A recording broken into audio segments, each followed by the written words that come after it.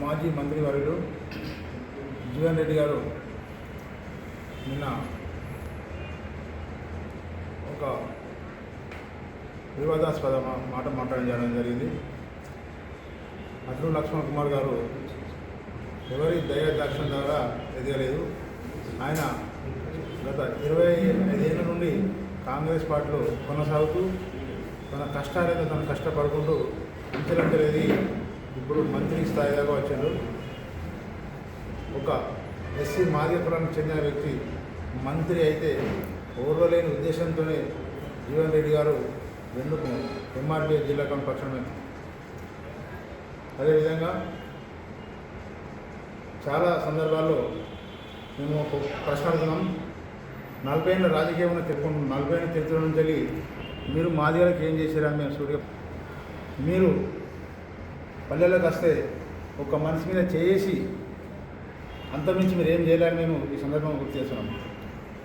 40 ఏళ్ళ సంవత్సరాల్లో మీ రాజకీయ ప్రస్థానంలో మాదిగలకు ఏ ఒక్క మాదిగైనా మీ ద్వారా డెవలప్ అయినట్టు ఆర్థికంగా కానీ రాజకీయంగా కానీ ముందుకు వచ్చినట్టు మాకు నిరూపించాలని మేము సవాల్ విసురుతున్నాం. అదేవిధంగా మంత్రి అడ్లూరి లక్ష్మణ్ కుమార్ గారు ఆయన ఏ పార్టీ మారలేదు. మీరు పార్టీ నుంచి మీ స్వార్థం కోసం పార్టీ నుంచి బయటికి వెళ్ళి ఆయన అట్లా మేము తీవ్రంగా ఖండిస్తున్నాము. మరొకసారి ఇలాంటి మేము ఎంఆర్పీ పక్షాన మేము ఊరుకునే వేయాలని మేము హెచ్చరిస్తున్నాం. జగిత్యాల ప్రెస్ క్లబ్లో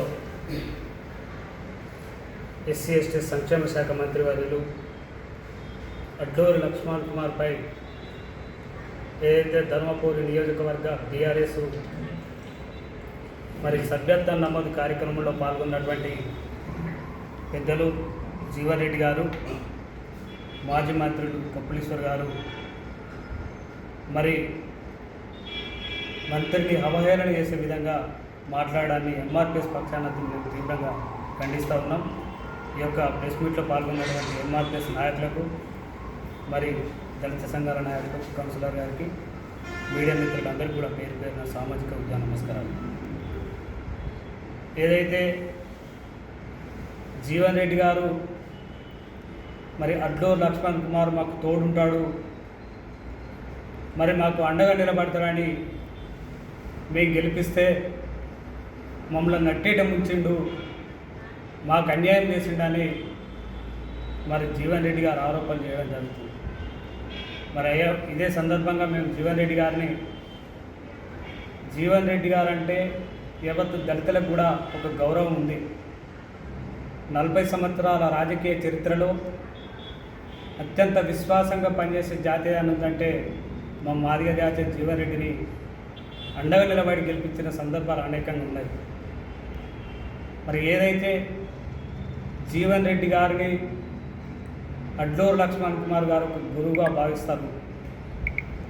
ప్రోటోకాల్గా లేకుండా మీరు ఎమ్మెల్యే గెలవకుండా కానీ మీ మీద గౌరవంతో మీరంటే ఒక అభిమానంతో ఒక మంత్రిగా ఉండి కూడా ఇవాళ క్యాంప్ ఆఫీసులో మీ ఫోటో పెట్టుకున్నాడు అంటే మీ మీద ఎంత గౌరవం ఉందో, మీరంటే ఎంత అభిమానమో, ఎంత ఆత్మీయత ఉందో మీరు ఒకసారి గుర్తు చేసుకోవాలని సందర్భంగా మేము కోరుతా ఉన్నాము. అట్లాంటి వ్యక్తిని ఇవాళ మీరు నన్ను వెన్నుపోటు పొడిచిండు అనే రీతిలో మీరు మాట్లాడాన్ని మేము ఖండిస్తూ ఉన్నాం.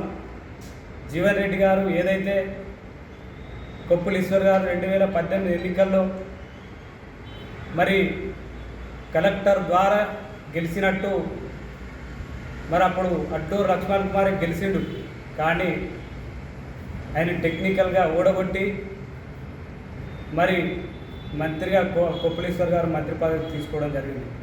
మేము ఇన్ని రోజులు మాకు ఒక ఆరోపణ ఉండే, కపిలేశ్వర్ గారే మాకు మోసం చేసిండు, కలెక్టర్ గారి చేత అక్రమంగా ఎన్నుకోబడ్డాడు అన్నది మాకు మరి కపిలేశ్వర్ మీద ఉండే.